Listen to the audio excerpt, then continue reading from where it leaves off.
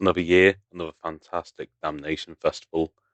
This was pretty special, as it always is, but this was even more special because it was the 20th year anniversary and it was a 2 day celebration of some of the best bands from the past of the festival, as well as plenty of debuts over the weekend.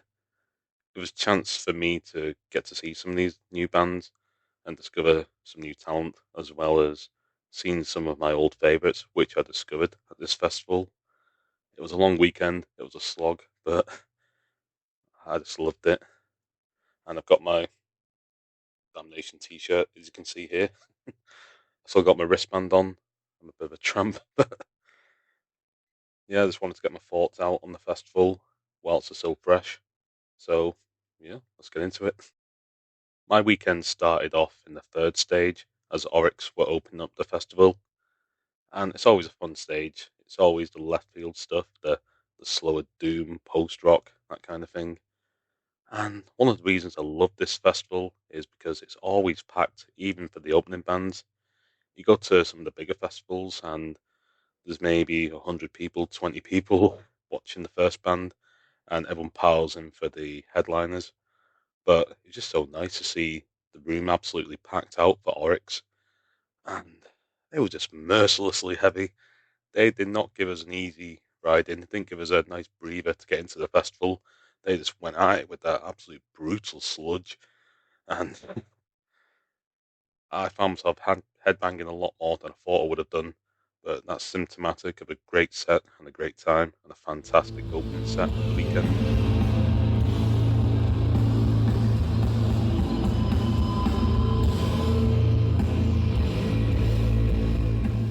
Quickly after that, it was over to the main stage for Overhead the Albatross. This was the third time I'd seen them this year. I remember in July 25 seeing them in a small pub in Manchester, playing to about 50 people. But this time they had the whole main stage. They must have played to maybe two, three, 4,000 people. And this looked like a main stage band now. I mean, I was never in doubt about that, but they had the visual aspect. They moved around the stage with so much energy. Yeah, this it's going to get bigger and bigger, and it's so exciting. Also, they paid tribute to a member of the Damnation family, Brian Fitzpatrick, who sadly passed away early in the year, and that was just a touch of class. Now, Meryl Streep, they were a huge surprise for me on that third stage. So I wasn't actually going to watch them, but I had a bit of a gap, and one of my friends was really keen, so I went with her. And yeah, I mean, I wasn't expecting any pits on that stage, but well, we got a pit. It was chaos, but it was fun kind of chaos. And I think Merrill himself really sums up the best. He says, either you're going to get my music or you're not. And to be honest, I didn't really understand it listening to it on record. It's a very kind of left field, sort of post punk, I guess. That's the way to describe it. But yeah, he's got a strong political message in there. And but the way he puts it across, you can tell it's really coming from the heart. He's not regurgitating just random garbage. He really means everything he says, and he says it with so much conviction. And I think that's why it connected to the audience so well. That's why we got that phenomenal reaction. And yeah, they were definitely my surprise of the weekend. Now, I'm in my 30s, so I had to pace myself. I knew I wasn't going to get to see every band I wanted to. It was a chance to walk around the arena. And one of the things, again, that's unique about Damnation in many ways is just the absolute quantity of the food stalls they've got. You got some places it's just, chips, burgers, chips, fries, burgers, chips, potatoes. But there's so many options at Damnation. There's vegan alternative vendors, there's all sorts really. And I'm pretty confident that everybody's dietary needs can be met at this festival. So after sampling some food, it was time to go over to the main stage for Orbit Culture. I was a bit nervous that they had set the bar far too high for themselves, especially after they released an absolute stormer of an album, Death Above Life, a few weeks prior. And not surprisingly, there was plenty of songs from that album throughout the set. For me, though, I really enjoyed it when they played From the Inside. That's one of my favourite songs. It's so crushingly heavy during the verses, but they've got such an amazing chorus that I'm crashing down from the inside. Yeah, I think that's the same with a lot of Orbit Culture songs. They've got that blend of brutal heaviness in the verses, but they've got these massive anthemic, choruses that people can sing along to in massive arenas. They look like a main stage band, and who knows, maybe they're going to headline Damnation in the future.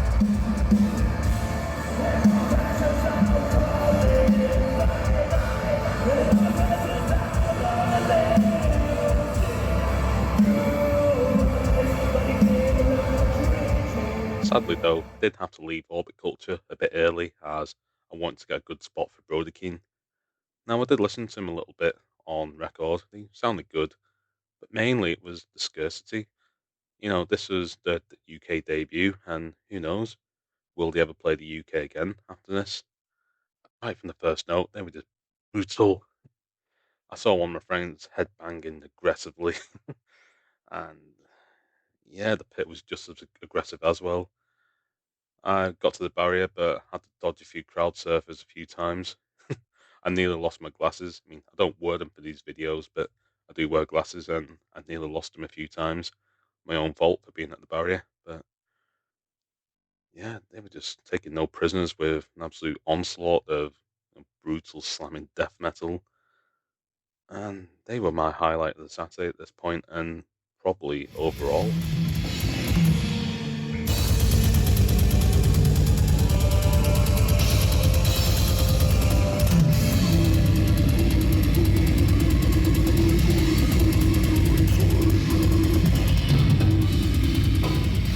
I wasn't going to lose my spot at the barrier as Panzerfaust were up next, so I camped out a little bit. Plus, my back was going, my feet were aching, so I needed a bit of a rest. And yeah, they were another just. I mean, they're not a pure black metal band. They've got elements of sludge, that slower, more punishing, pummeling style of black metal.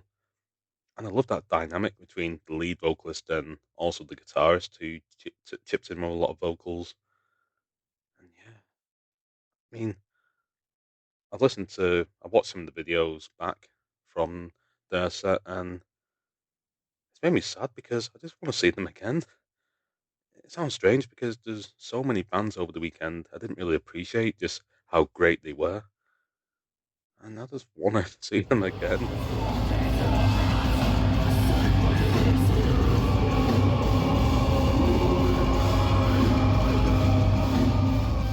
At this point, after being my senses being pummeled by Orbit Culture, Brodequin, and Panzerfaust, I just need to have a break.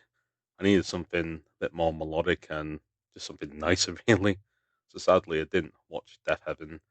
I made sure I got to the front for F, a Swedish post-rock band, and they were playing "Give Me Beauty" or "Give Me Death" in full, their album from 2013.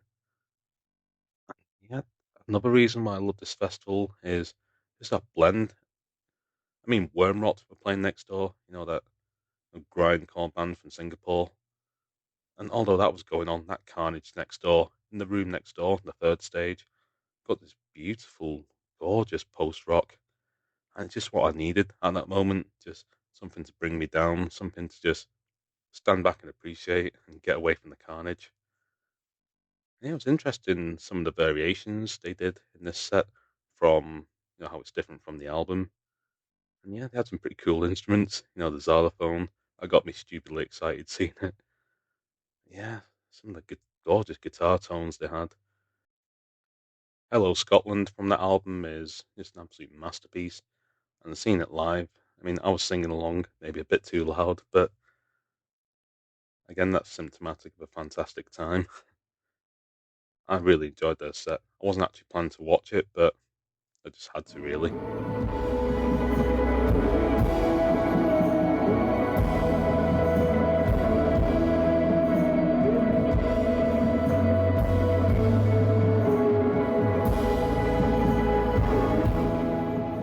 Now, Perturbator were on the main stage, and I would have liked to have seen them, but my feet were giving way at this point, and I really wanted to be at the barrier for Guerilla as they headlined the second stage.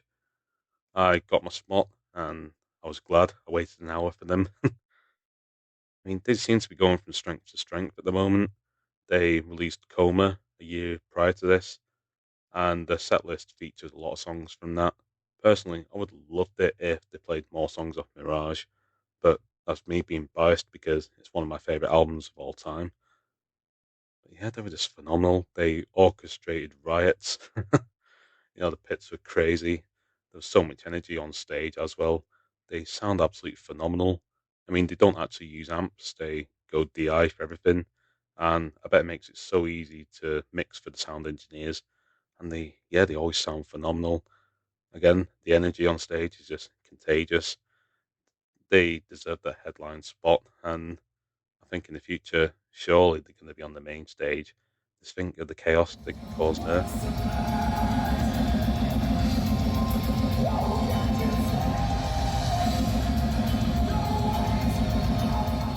Then Sunday came. I mean, I was surprised I got through so many bands on the Saturday, and the festival being 3 miles from where I lived, yeah, it was nice to be able to sleep in my own bed at a festival for a change, as opposed to sleeping in the middle of a field somewhere or sleeping in a hostel bed or a hotel bed. I was at the Barrier for Conjurer, and 2 days prior at Night Salvation, they played the Maya in full, and I still would have loved to seen some of those songs. But 2 weeks prior, they had released Unself, and not surprisingly, they played a lot of songs from that. This album, it's a lot sludgier, a lot slower, but still got that signature Conjurer brutality in there. I mean, this is the third time I've seen them, and they're always phenomenal live. I love to know what they do with those guitar tones because it's just, it's always so crushing and just brutal. We got some crowd surfers, which was a surprise at half 12. Again, we've always got phenomenal crowds at Damnation, especially the early bands. It's not like any other festival.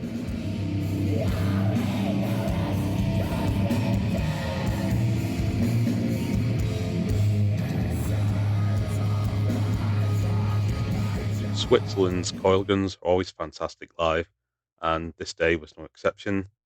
I mean, it's not so much the music; it's just their energy on stage, the live show. They definitely make you feel engaged and involved.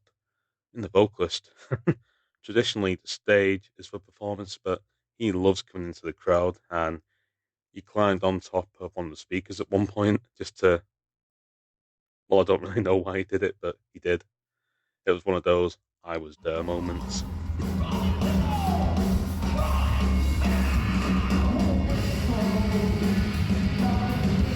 Damnation always delivers fantastic post metal bands, and this day was no exception. This is the part of a trilogy, really, of, again, fantastic post metal. And the first of these bands was Belgium's Psychonaut, as they took to the third stage. Now, 2 weeks prior, they had released Worldmaker, and there was a lot of songs on that record on this set list. And yeah, the energy was fantastic in that room. I mean, they're a three piece, but it sounds so full and so large. Yeah, I was really surprised the pit didn't erupt in that room because we're that close, really. Yeah, they're a fantastic band. And yeah, they could command the highest spot, really, on the card, maybe even the main stage slot in the future.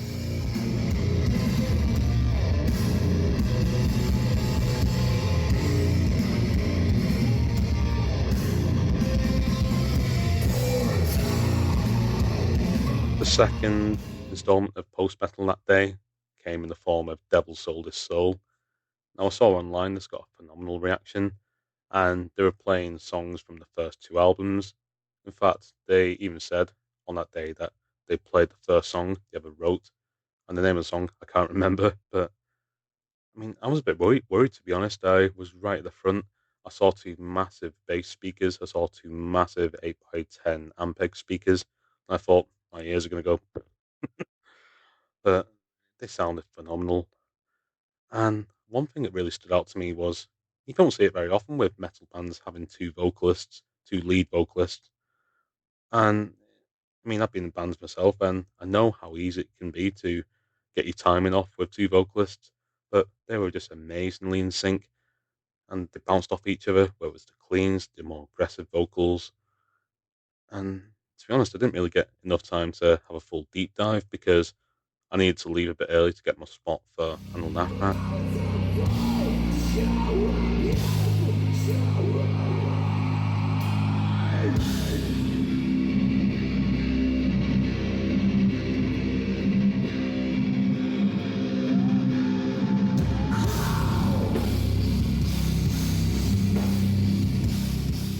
Then one of the highlights of the weekend, I think everybody was really excited for Anaal Nathrakh, and it's no wonder.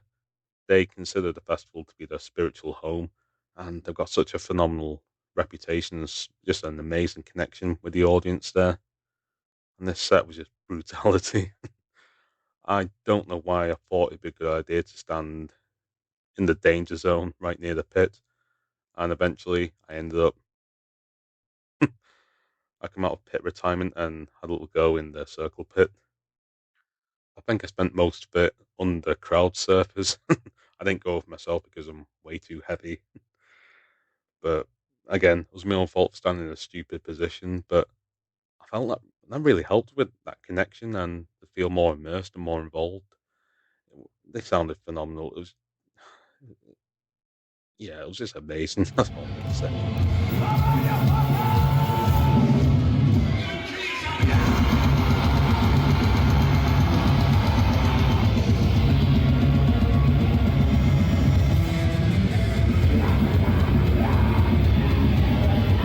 Is Amenra. I discovered them almost exactly 2 years prior at Damnation Festival, and they really are just an absolute religious experience seeing them live. They've got one of the most emotional, intense performances ever. I mean, just listening to Colin, the vocalist, play live, he sings with so much emotion, just so much primitive angst, and they can go from this absolute beautiful melodic elements, especially in the likes of A Solitary Rain, and they go to this absolute skull crushing, mind bending heavy. I mean, if you've never seen Armin Ra, you just gotta see them live. Just do it. Ooh, I was aching and breaking after Armin Ra, and I was crushed emotionally. I did think about going home, but I also thought, let's make the most of it whilst I'm here. I made my way to the third stage to catch a bit of warning. This was the return show, the British post metal legends, and they were playing Watching from a Distance in full. And yeah, they just had such commanding presence on stage. The absolute crushing guitar tones. I mean, that's the thing with doom metal like this. It looks quite easy to play, but if your timing is off just slightly, it can sound so horrible. But they were beautifully in sync with each other. I looked around the room and I saw tears. I saw people holding each other. It was pretty emotional, pretty intense, and I think that finished a lot of people off that weekend.